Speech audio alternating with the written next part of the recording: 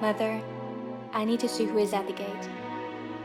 And when I come back, you're going to eat more of the soup.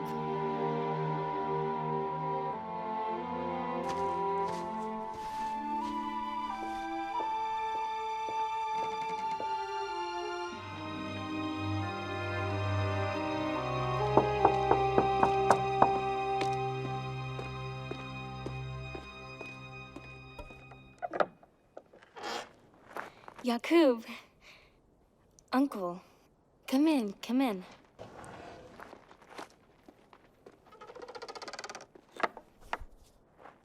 Welcome, and please, come in.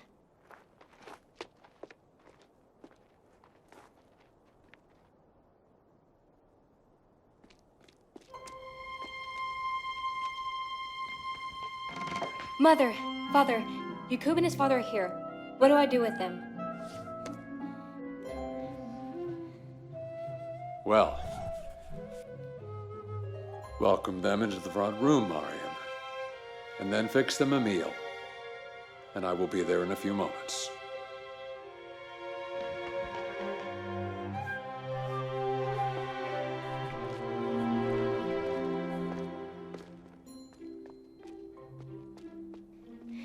Please come in.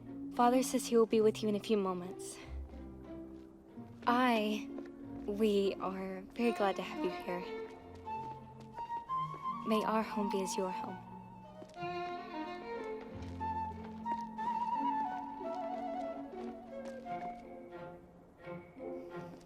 Noah, get some water and help our guests wash. Hurry. All right, all right.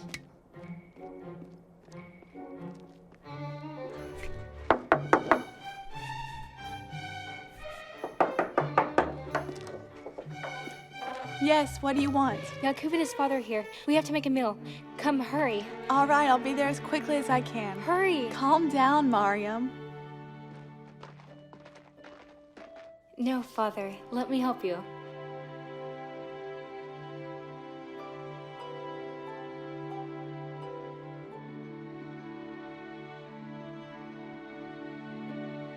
Help him put it on.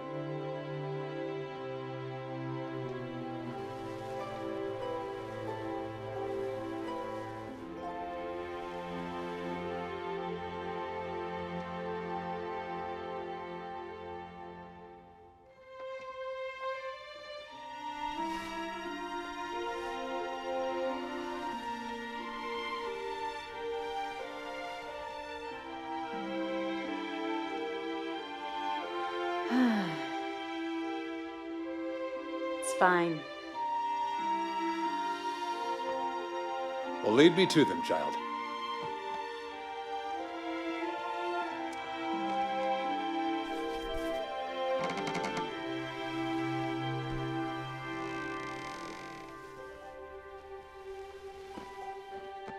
Musa.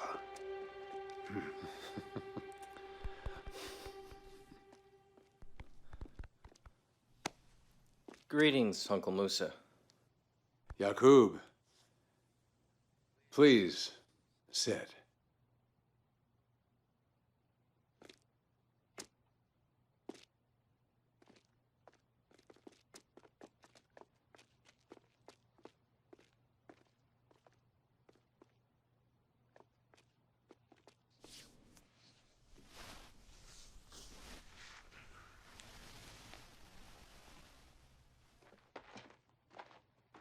It's good to see you, Musa. I'm sorry about your illness. I pray God may heal you and restore you to health very soon. From your mouth to God's ear. Yes. How may I help you today, my neighbor? Today I have come regarding my son, Yacoub. He's a good young man, and I think he would make a good husband for your daughter.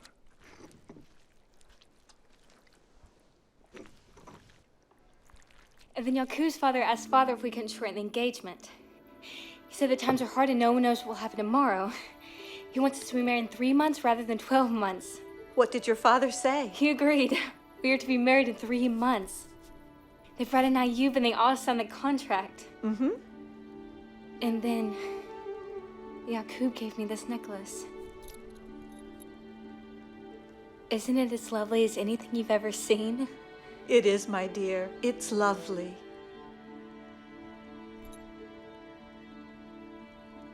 But, Auntie, I don't know how Mother and Father will manage without me. I'm so excited about Yacoub, but You and Yacoub will find a way to help them. Together. And Sarah and Yacoub are there too. But Sarah's so sick. She won't be sick forever, child. She's going to have a baby. I know, but she and Yacoub are still talking about moving near his family when the baby is born. If and when the time for them to go is right, they'll go. God will guide them, as he will guide you and Yacoub as you talk together and pray together and follow him. Mother always told us that we must grow up to be submissive wives, and that one day we would live with our husbands' families. But if Mother and Father need me, Submission is also an act of faith, Mariam. Yacoub and I haven't even started a life together, and already I'm confused. Oh, Auntie, I don't even know how to be me, and now I'm supposed to figure out how to be a wife? In 3 months, I'll never be able to do it. Mariam, being a submissive wife doesn't mean that you are not yourself. As Yacoub learns to love you, and you learn to submit to him, and you submit to each other before God, you will grow into the unique people God created you to be. So, marrying Yacoub will help me be a better person? A better me? I didn't say that, Mariam. Our value and maturity don't come from being married or not married. Each of us has her own path, and we grow by obeying God, by serving him and serving others. I want to serve Mother and Father. You should talk to Yacoub about that. You mean now? Well, you're starting to plan your life together now, aren't you? Yes, I suppose so. And making decisions. Yes. Well, then give him the benefit of your perspective. Don't make him guess what you are thinking. Let him know what's important to you. Not so that you force him to do things the way you want him to, but so that he can make the best decisions. You have insight that he needs. Mariam, look at all of these lamps we've been cleaning today and filling with oil. They are so beautiful. You have so many different kinds. I love lamps. But you see, they all have the same purpose, which is... To shine. Exactly. But how many different ways they shine. This one makes beautiful patterns of light on the wall. And this one casts a strong light on my husband's ledgers when he works at night. This one is very bright, and that one casts a softer light. All the lamps have very much in common. They all need to be cleaned and filled with oil before the flame can light them, but then each can have an effect that is quite different from the others. Jesus said that you and I are like lamps, Mariam. He told us to let our light shine. Our life's purpose is to shine with God's light in the world. But each of us will do that in a slightly different way. So, I'm like a lamp? Yes, wherever you go, your purpose will be the same. To let your light shine. Sometimes I think I'm snuffing out the light. Like when I'm arguing with Sarah. Oh, we all have those moments. Oh, but you... I think you're a particularly beautiful lamp. And whatever house you find yourself in, remember to shine as God has particularly made you to shine. Your beauty before God comes from being who He created you to be. Some of the most beautiful women I know, and I'm talking about inner beauty, that shining quality, have had to shine at the darkest times, in the darkest places. They've had to depend on God to fill their lamps daily, moment by moment. But then He shines through them with a radiance that almost takes your breath away. What kind of dark times?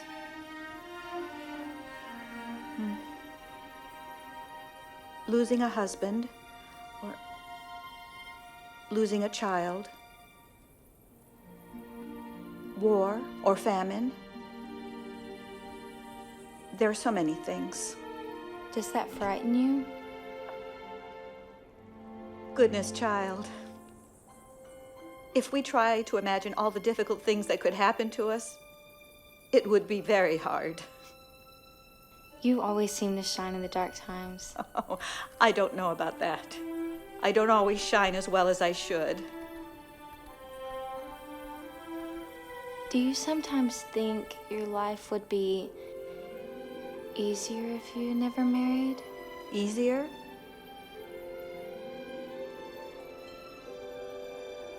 No, I don't think so. I think it would be difficult in different ways. You see, Mariam, we each have different gifts and different opportunities, and I will answer to God for what He has given me. My gifts and who I am would not change if I were not married. Sarah has a friend who hasn't married, and I think the other girls look down on her because of it. Some people seem to think a girl's sole purpose in life is to marry. But I believe our purpose should be to serve God in whatever circumstances we find ourselves, whether we are married or single or widowed like Nora. We each have gifts and talents, and we must make the best use of those talents wherever God places us. Even when we feel unsure of ourselves? Even then. Jesus told a story about that. A man was going on a journey, and he called his servants to him, and he distributed his property among them. To one, he gave 5 sacks of coins, and then to another 2 sacks. And then to the other he gave 1 sack, each according to their ability. After a long time, the master of these servants returned and settled accounts with them. The servant who had received the 5 sacks of money said, "Master, you entrusted me with 5 sacks. See, I have put the money to work and gained 5 more." His master replied, "Well done, good and faithful servant. You have been faithful with a few things. I will put you in charge of many things. Come and share your master's happiness." The servant given the 2 sacks of money also came. "Master," he said, "you entrusted me with 2 sacks of money, and see, I have gained 2 more." His master replied, "Well done, good and faithful servant. You have been faithful with a few things. I will put you in charge of many things. Come and share your master's happiness." Then the servant who had received 1 sack of money approached his master and said, "I knew you were a hard man, harvesting where you have not sown, and gathering where you have not scattered seed. So I was afraid, and went out and hid your sack of money in the ground. See, Here is what belongs to you." His master replied, "You wicked, lazy servant. So you knew that I harvest where I have not scattered seed? Well then, you should have put my money on deposit with the bankers, so that when I returned, I would have received it back with interest." And the master punished the servant for failing to invest the treasure that had been entrusted to him. God has given each of us treasure, Mariam. Whether we are married or single, with children or without children, rich or poor, He has given each of us different gifts or talents within us. But we must value what God has given us and invest ourselves fully in the place and relationships He has called us to. When we have done that, we will be able to go up to Him and meet Him face to face on the last day and experience the joy of His approval. And on that day, we'll really shine. He will shine through us. Mariam, I want you to have this lamp. Let it be an engagement gift from me to you. And when you look at it, think of all that God has entrusted to you. And remember always that you are shining with God's love wherever you go. But, Auntie, it is so beautiful. I couldn't. My dear, it is not nice enough. You are a child of God. You're a princess in the kingdom of heaven. You're a little sister to the King of Kings and the Lord of Lords. You take it. And remember always, whatever you do and wherever you go, who you are in Christ. But I couldn't. Oh, you must. I insist. I won't let you go home without it. I have so much to discuss with Yacoub, but I must get back to Mother and Father. You can't go without this.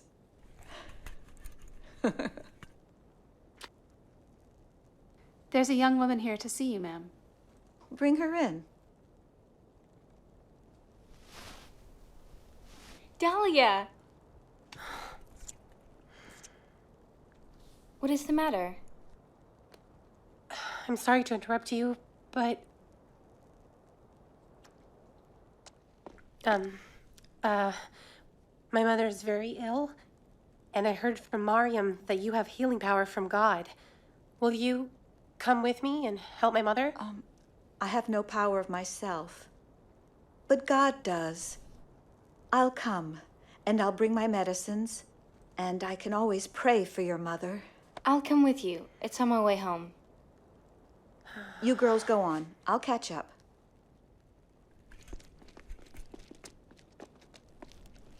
Thank you, Deborah.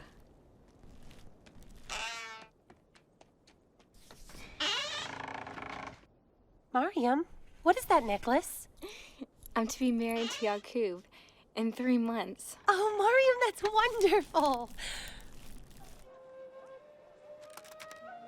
You're so lucky. I don't think I'll ever marry. Oh, don't say that. I'm older than you are, Mariam. But, Dahlia, a woman doesn't need a husband to be important to God. He loves us just the way we are.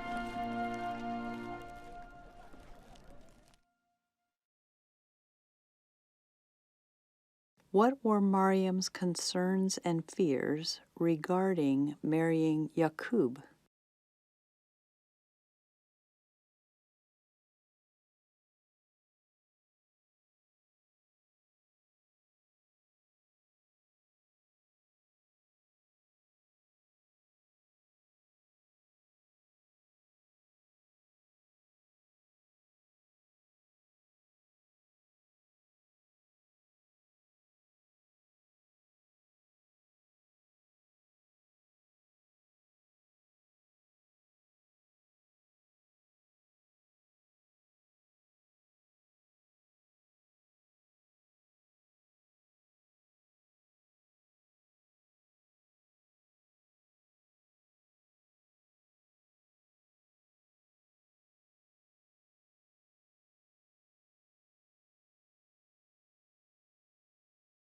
How does Rivka respond to Mariam's concerns and fears?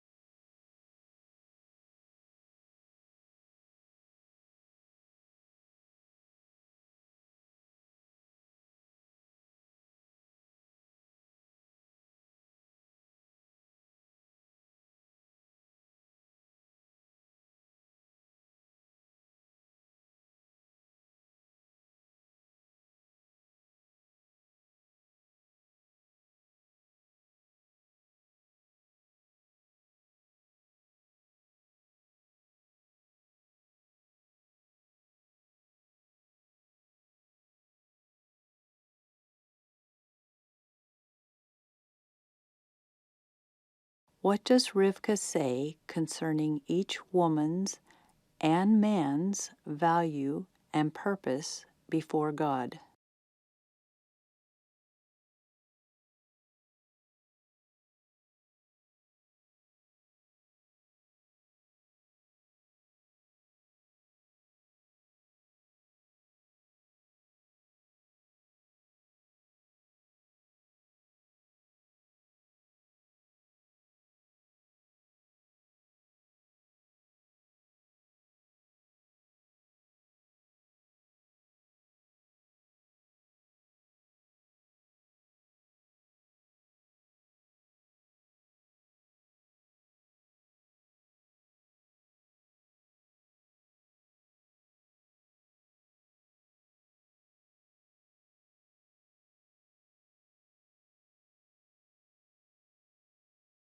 What are your particular gifts and talents?